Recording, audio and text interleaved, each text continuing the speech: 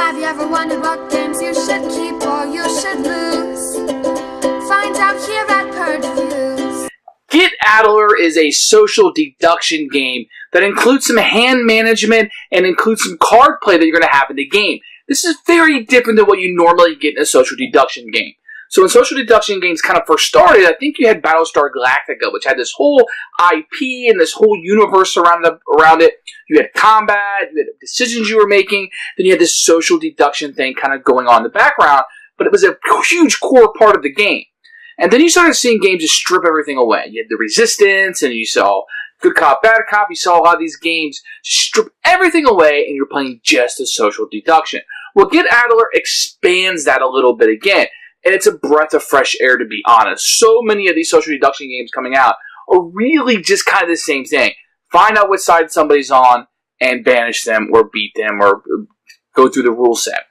With Get Adler, actually the first 3 rounds is all about playing cards and getting cards, bluffing through that, letting people kind of see what you're having, building your hand, because the 4th round on, you're going to be going in for the attack.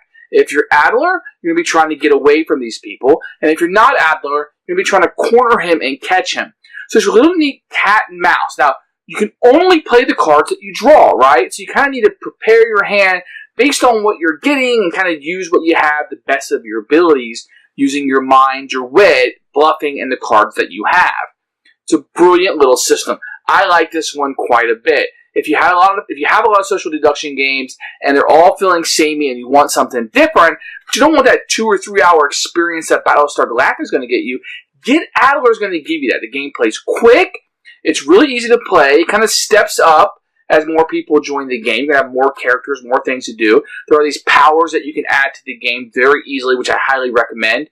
And it adds these little wrinkles, these little riddles that will be into the game. And I like it quite a bit. So it gives you a little bit more than just social deduction. And if you don't like social deduction games, this gives you something else to play. Sure, you need to figure out who Adler is. And I think most people are going to figure that out pretty early in the game. I don't think that that's going to be like the main gist of it. But this unique card play of where you're building your hand up, almost like your ammunition. How am I going to attack you? How am I going to catch you, Adler? Or if you're Adler, how am I going to escape? And you plan that attack or escape through the card play, and it gives you a whole lot into the game. So 2 thumbs up for this one. This is something a little bit different than what you've been given in the past. It takes the social deduction games and expands it again without bloating it to the size of a Battlestar Galactica. So this is going to be a huge win for a lot of people. Check this one out. If you like party games, you like card games, and if you like social deduction, this is all in one bag. So Get Adler is one I highly, highly recommend to you. Here's the box for Get Adler. I believe this is the 2nd edition.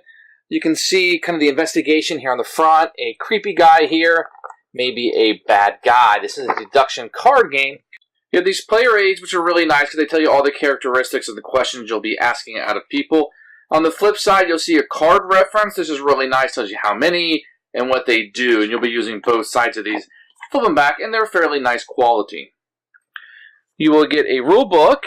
You'll get some time, little tokens, and these are really nice to have on the board. And then you're going to get a bunch of cards. These are pretty good quality cards. I do like the back of them. It kind of gives you a creepy, unsettling setting. And then here's the advertisement. Then they will have different things on them that are pretty easy to use. And you can use your reference to know what they all do. So, these are pretty good. They shuffle very well. I do like these cards quite a bit, actually. And you're going to have a custom insert just for the 2 decks. So it's a little bit bigger than it needs to be, I suppose. But it's not an over-large box to start out with. Here is the rule book. It is a full-color rule book. And it's rather small, which fits in the box fairly well. It's good for reference. You'll see a setup here. And based on the number of players, like most of these social deduction games, you will have a different setup. It will go on the gameplay and immediately tells you about the communication, which is really important to this, that how you communicate that. Gives you a list of the playing cards and kind of what they do, which is most of the game. And they break it down by the response cards that mostly will be played by Adler, if you're playing him. And then it kind of tells you the end of game, and then additional rules for each of the players. So, if you're playing with, 7, you can kind of skip this part down here. There are some advanced rules that you can operate into the game as you so choose. Then on the back, it gives you some expert rules. So it's broken up really nicely. I like the organization of this book quite a bit. You can usually read it once, and then you'll refer to it during the game because there's different cards that you'll be able to utilize. So to start the game, you're going to assign the characters out. You will shuffle these up and randomly select them.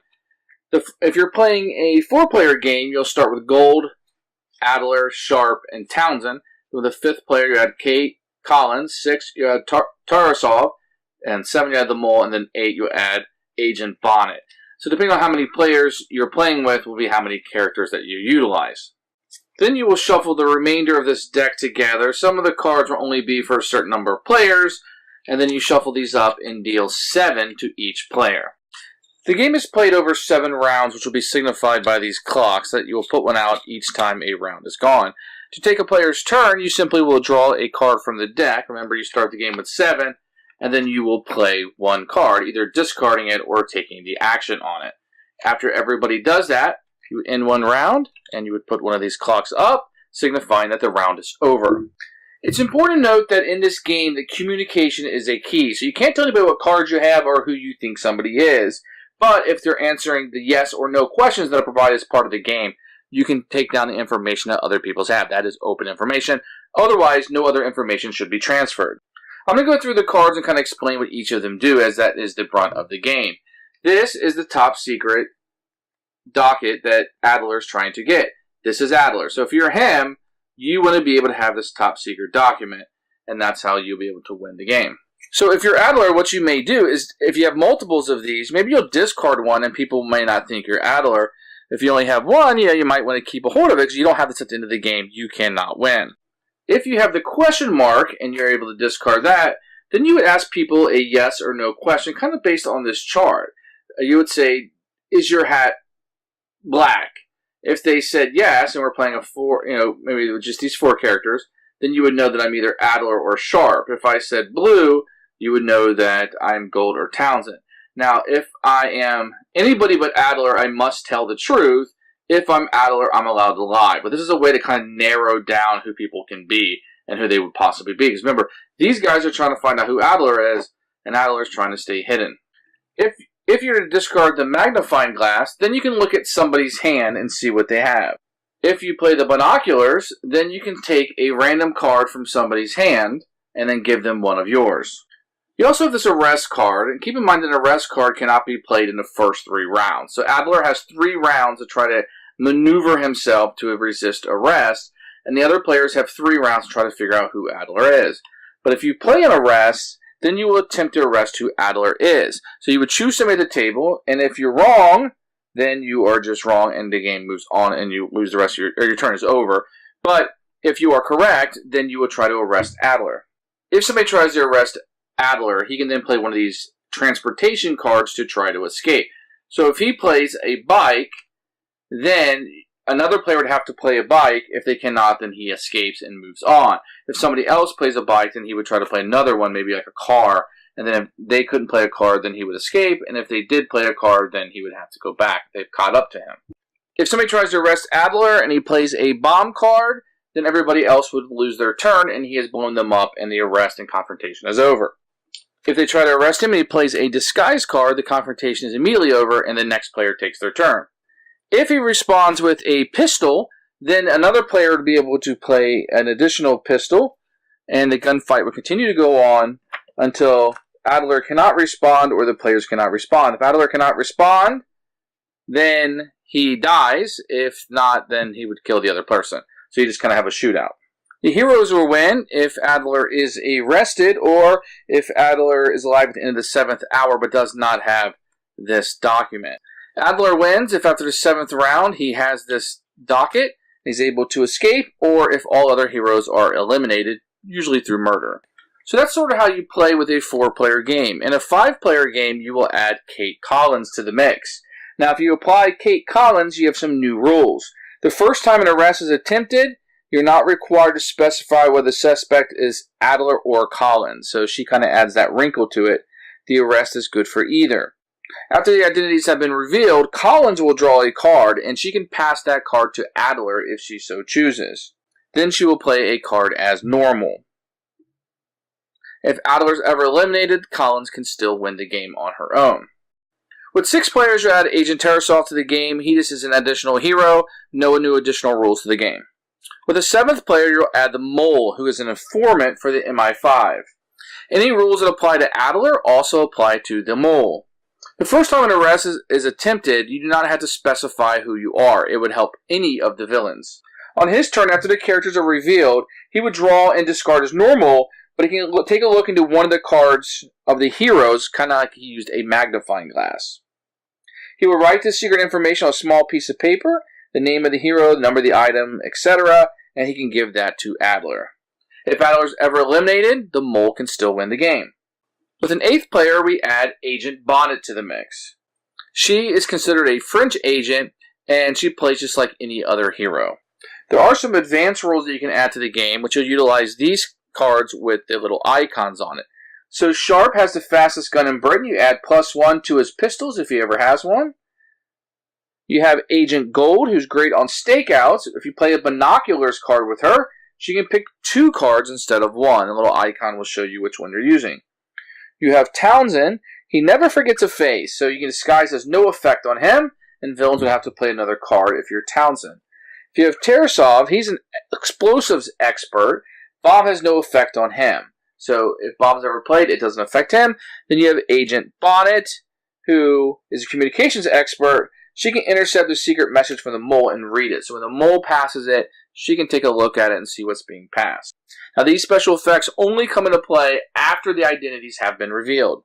In addition, there is an export rule of an ultimate mission where you shuffle the top secret documents and you blindly pick a certain one, and that's what you need. Then you have a list of what content. So that's kind of how you play the game. There's a few ways you can modernize it or shake it up based on how you like to play the game. Who should buy this game? I'm going to say most gamers should probably have this game in your collection. It's a party game. People can play it who've never played games before. You can play this at Thanksgiving with your family who does not play games. It's very easy to understand. And if you want to complicate things just a smidge, you can add the powers in later once people kind of get the hang of what's going on. It's got the social deduction in it, so it has that kind of like whodunit deduction. People are going to like that, especially if you say, hey, look, there's this spy, and he's trying to get away, and you're trying to catch him, unless you're him. And it has this unique card play that people are going to like. They understand draw a card, play a card. They get that. And after a couple plays through, they'll be able to really understand it.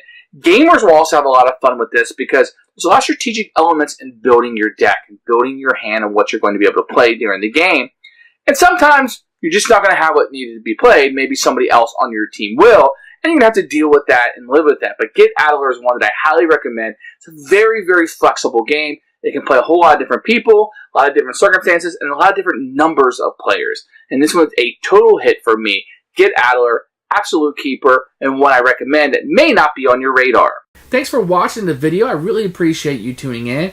If you liked it, please like it and hit that little subscribe button. That really helps out the channel, lets us know that you're getting the videos that you want. If you agreed or disagree with what I said, feel free to comment below. I'd love to hear what you have to say, and I promise that I will comment back. Thanks for watching, and everybody else, keep playing games.